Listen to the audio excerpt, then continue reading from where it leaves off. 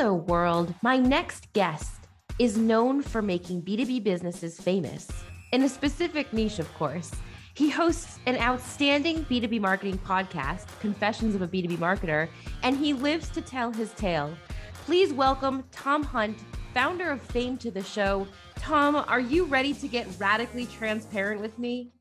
Hey, Jen. Yes, I'm very excited about getting radically transparent. Well, it's one of my favorite pastimes, if you will. But I do actually want to start with what is fame, Tom? And what is the value fame brings to your customers? Yeah, so I don't know why, but I just find it quite interesting to understand the concept of fame, or like how people get famous. And I think it was like in 2016, I did a training course called Creating Fame, I think. I can't remember who it was by, but that person explained how people get famous. It's basically a two-step formula. Very simple. The best example to illustrate this is Taylor Swift. Okay. So step one, create lots of really good content in a specific niche. So we take Taylor. She first did this in country music, and then she moved to pop music. So that's step one. Step two is then just be seen around other famous people within that niche. And so when Taylor was like getting big in country music, she like went on other big country music like records, and then she also brought country music stars onto her records, and she did the same in pop music with like Ed Sheeran, for example. And so that's basically all you need to do, is do those two things. And so what fame is like based around that whole concept. The concept is our brand, and that's what we do for B2B brands, as you mentioned, in a very specific niche. So we do it in the form of audio content, e.g. a podcast. And so we just work with brands to create very specific, good content. And then we, like, through that show, get them to be seen with other famous people in that niche. So they in turn become famous. I love that. I'm now rethinking, right? Because we Oktopost, we are, B2B centric. I'm thinking, Tom, what do we got to do to be famous? So listen, it's an interesting concept. And we're gonna dive more into it in a moment. But before we do, I do want to learn a little bit about you, because you're quite an interesting human yourself, right? So maybe, the concept of fame. Can you give us a brief look, perhaps, into your professional journey, and maybe, it's a bit unconventional from what I've seen into the marketing sphere, but maybe how you found yourself in B2B marketing. Yeah, so I studied chemistry, and then in my final year, I was like in a lab on my own trying to make a protein. I didn't really like that because I'm not very detail orientated. And so then I was like, okay, I need to go and make some money then. So I went and worked in management consulting. I applied to like 30 different companies, and then the only one accepted me. I went to work for them, Ernst & Young. And then I was like, well, this is boring. No, take that back. I liked some of it, but mainly it was boring. I didn't like it. And so then I went to a different one that paid more, and then slightly better work, but it was still boring. So then I started 2014. I was like, I need to do something with my life that I actually enjoy. And so I was like, well, maybe entrepreneurship. And so I was like, I'm going to start ideally a business and replace my salary throughout the year of 2014. And so because I couldn't code and I was interested in the internet, the only other way you can like make money is through marketing, right? So since like 2013, 14, I've just been self-teaching myself marketing. Eventually managed to leave that consulting company to start my own business, which was like a small outsourcing company. And then really since 2015, then I've just been starting and growing small businesses. More focused on B2B, though I couldn't really explain why that was the choice over B2C. Yeah, maybe I think it's probably potentially easier to like bootstrap a B2B company, specifically like services, which is maybe where we'll get onto fame.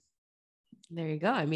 Listen, I think B2B is such a bad rep, right? For being B2 boring. But when you're actually working in it, that's so far from the truth, right? There's not a single day that's the same. And, get real with me, right? Get radically transparent. What's keeping you up at night professionally in B2B? Yeah. So I think we have this business Fame, right? And it's completely bootstrapped. So it's essentially self-funded. And so I would probably say that we have this chart which shows how many new proposal requests we get, how many of them are qualified, how many of them jump on sales calls, and then how many of them become customers. And so it was like slowly going up, I guess, over the past 2 years, but then it started going up a lot faster like a few months ago. And so the thing that is probably like keeping me up at night the most is like whether that chart is going to keep going up, or it's gonna stay the same, or it's gonna go down, which would be terrible, right? And so that's probably the fear. And I think that the reason why that's so scary is because I don't really know why it's going up. Like I'm not like I know you can't attribute everything in B2B, but I'm like doing some things, and then the proposal requests are coming out of the other side. But I don't really know why or where they're coming from, Jen. This is a problem.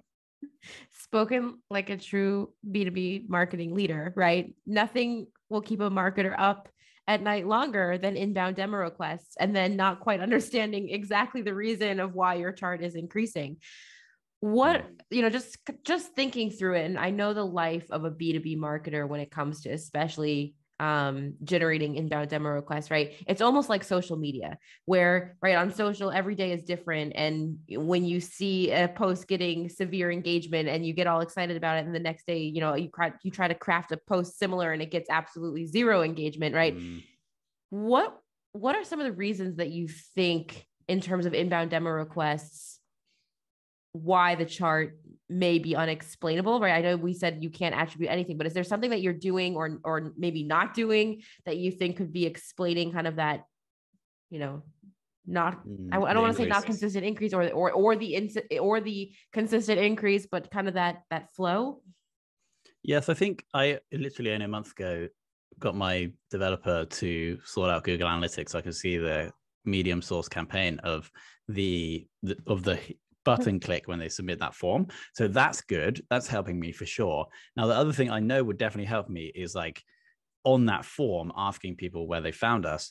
Is just, I don't like, if people want to go and check it out on the site, it's like, it's not really going to fit into the UI that well if I do that. And so I basically should do that, but it means I'm going to have to go to the developer and be like, we need to redesign this form.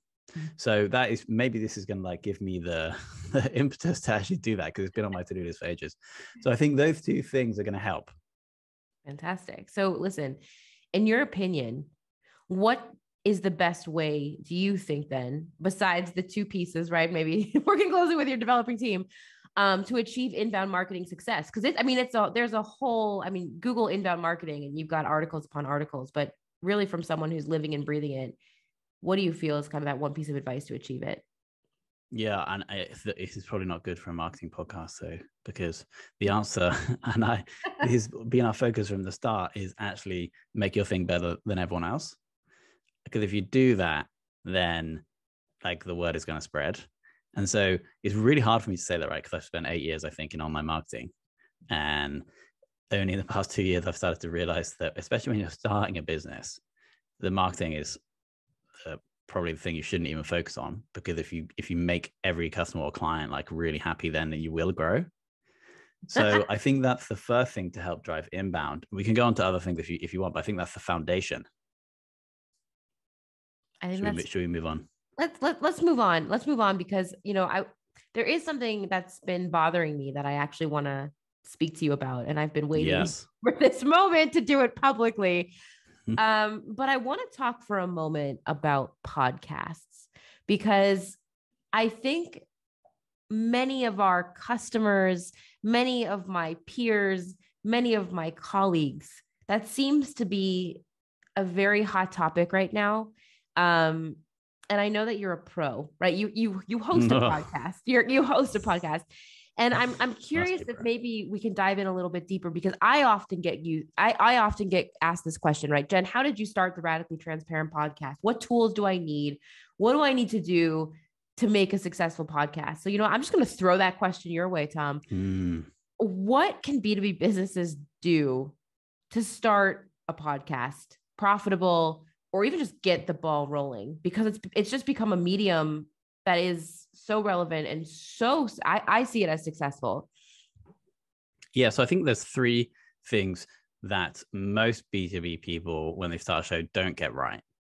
And the first one, you guys, from my experience of your show, do really right, in my opinion, which is you have a strong position and reason for existing, which in the show, the theme is transparency. Yeah. And so I think that's the first thing if you're considering starting a show. Let's say the example I give is always like, if you have an email marketing software company, you could start a podcast at like 3 levels of niche, if that makes sense. So you could start a marketing podcast, you could start an email marketing podcast, or you could start an open rate podcast, right? And so I'm always like, typically it's easier to start more niche and then get more niche later if you grow. And so you start the open rate podcast and become the number one email marketing open rate podcast in the world pretty fast, probably. And then you're going to like meet the 20 different open rate experts in the world. And then over time, maybe you can become email marketing and then marketing. And so it's getting a niche that makes sense, that's different and interesting, and that's uncomfortably narrow. So that's the first thing. Second is being strategic, especially in the early days. Being strategic about guests is quite unlikely in the early days for you to be able to measure or even get any ROI from the listener side for your company. But if you're doing a bi-weekly show and you run the show for a year, you're going to bring on 24 guests. If you bring on guests that could be partners or could potentially be customers, you can't pitch people, right? But if you're building 24 like good relationships, because you do build a great relationship when you bring someone onto your show, then you can start to show the CFO that you have built these 4 relationships. You've got 2 partners and made 1 sale for a customer. And so then the CFO is, this is great, let's keep reinvesting, and then you'll grow the audience, and then you can get the ROI from the listener side. The reason Fame started is because I actually spent a year being head of marketing at a B2B SaaS company. We started a podcast, long story short, 13th guest with a VP of sales operations at a company that everyone knows. Ended up chatting with our CEO and buying all of our software for their 183 salespeople. So it's like a 10x ROI on the show, because it's like 13th guest. And so obviously they're still investing in the show. So they became the first client, and they're still a client today.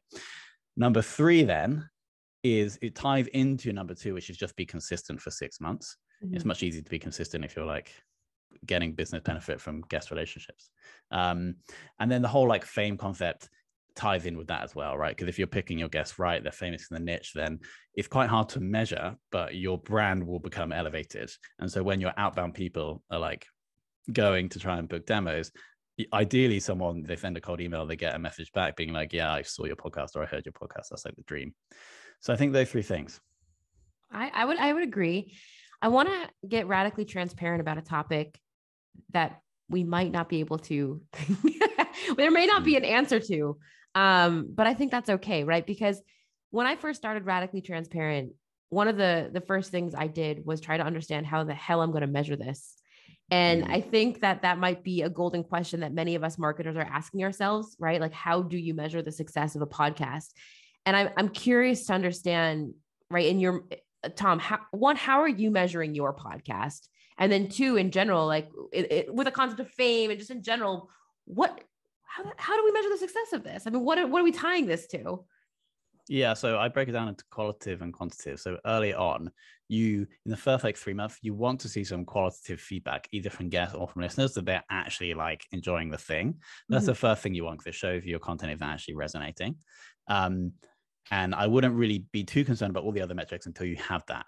That's the first thing. Okay. And then qualitatively, there's probably 4 things I would be measuring.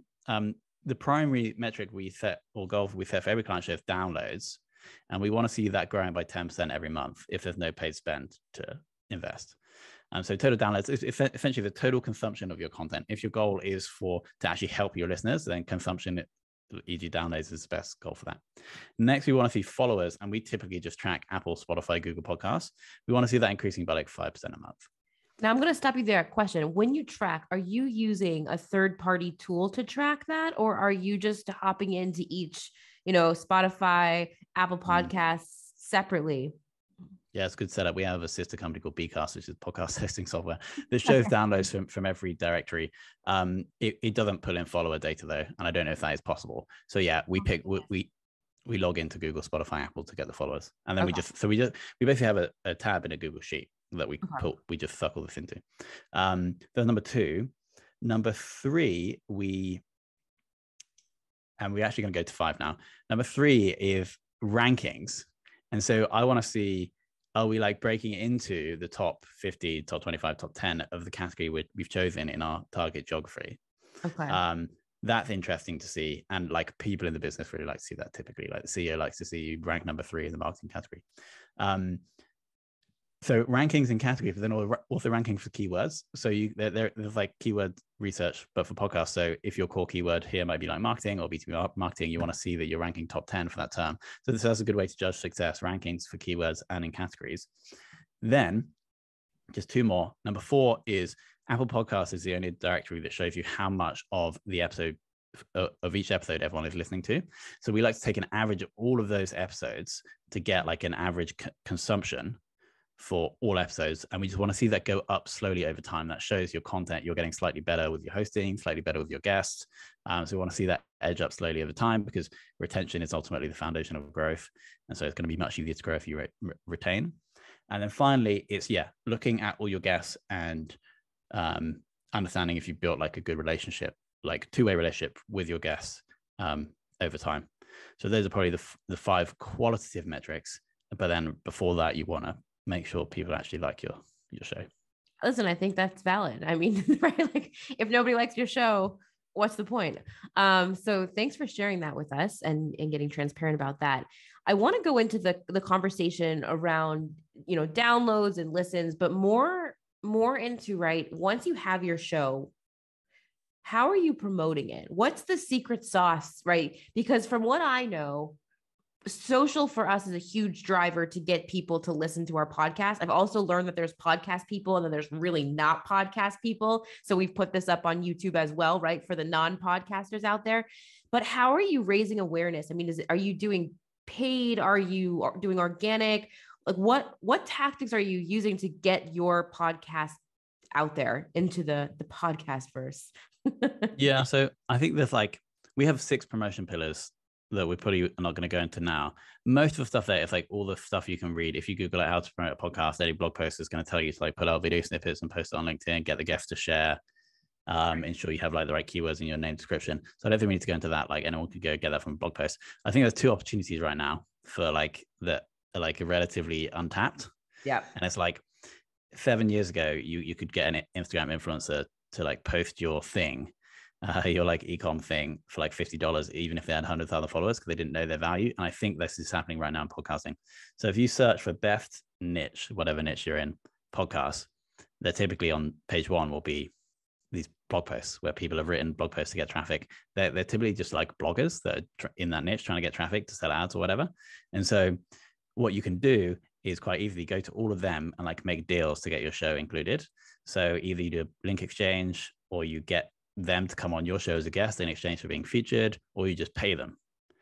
And so this then, and you'll be very pleasantly surprised for the amount that you have to pay to get a link in there. And you can also get a backlink to your own domain through that as well if you send them to the podcast page on your domain. And so that is a big opportunity. And I shouldn't really be sharing this because it's our secret weapon. That's the first one. The second one, again, so leveraging guests is obviously massive, but what you can also do to increase the chances you get extensive guest sharing is when a guest books in, typically maybe they'll book in through Calendly, you'll put a question in there and it'll say, if we write a super engaging, interesting summary blog post of this episode, would you be prepared to post that on your domain? And they just say yes or no. If they say yes, you write that up, you insert the link to the podcast, insert the link to your own domain. They publish that, you get the backlinks, and it also will probably increase the amount of promotion they'll do for your show, because typically if a blog post goes live on a business's domain, it goes through their normal social promotion process. So increases, A, you get the backlink, but B, it increases the likelihood that they'll share for you. So there's all the basic stuff anyone can get from blog posts, but those 2 are quite hot right now. Well, thank you for sharing that. We will all now go ahead and include that into our podcast strategy. 2 more questions for you, Tom. My next question, a little bit of a curveball, but I'm curious to know what podcasts are you listening to, or what books are you reading to get inspired, in your craft? Yeah, good question. One book I'm reading right now is the best book on copywriting I've ever read. It's called The Adweek Copywriter's Handbook by Joseph Sugarman. That's the absolute foundation. And why am I reading that? I think I've realized that in our business, in a B2B service company, right, that's largely remote, that doesn't really meet people in person, writing is so important. And so I'm reading that book. I am probably going to get my whole team to read that book. And so anyone who's going to help you with LinkedIn posting, help you communicate with clients, help you communicate with your team. So I would highly recommend that anybody in the B2B world reads that book. Thank you. My last question, because like I said, you're quite a fascinating B2B marketer, professional, entrepreneur. And before this episode, I had done my due diligence. I went on your LinkedIn, like every podcast host does, to completely stalk their upcoming guest. And I was curious to know, can you share something with us right now that we actually cannot learn about you from simply reading your LinkedIn profile? Yeah, I think maybe it's one of my biggest inspirations is a 4-year-old dog that me and my ex-girlfriend actually have, that we co-parent now. She's called Bear. She's a toy Cavapoo. She's the best. And the reason why she is a inspiration is, so Fame is like the brand, but then the actual business corporation is called Be More Bear Limited in the UK. And it's because she is, I don't know, she's just so like present in the moment, right? And I think this is like one of the keys to happiness. And so this is like a little motto that we used to have, is Be More Bear. And so I think you're like, that's not on my LinkedIn profile. Probably it's never going to be, but that's something that you can know about me. I love it. Be More Bear. We will end the show there. Nice little rhyme. If anybody's looking to learn more about Fame, to speak to you about perhaps podcasting or any of the expertise that you shared on this show, where is the best place that somebody can reach you? I would just search for Tom Hunt in LinkedIn. Or if you like B2B podcasts, search for Confessions of a B2B Marketer in any podcast app. And those are the two best places. Fantastic. Tom, thank you for joining us today. We look forward. Hopefully, we've built a relationship good enough, as you shared, that we're going to be able to have you back. But thank you for joining us today. Thanks, Jen. Thanks for tuning in to the Radically Transparent podcast, brought to you by Oktopost, the only social media management and employee advocacy platform architected for B2B. I'm Jennifer Gutman, your host and director of social strategy here at Oktopost. And if you love today's show, we'd love if you subscribe, rate, and give a raving review wherever you get your podcasts. For more discussion on B2B social media marketing, be sure to follow Oktopost on LinkedIn. And of course, to gain access to all our free social media marketing and employee advocacy resources, head on over to our website, www.oktopost.com. Until next time.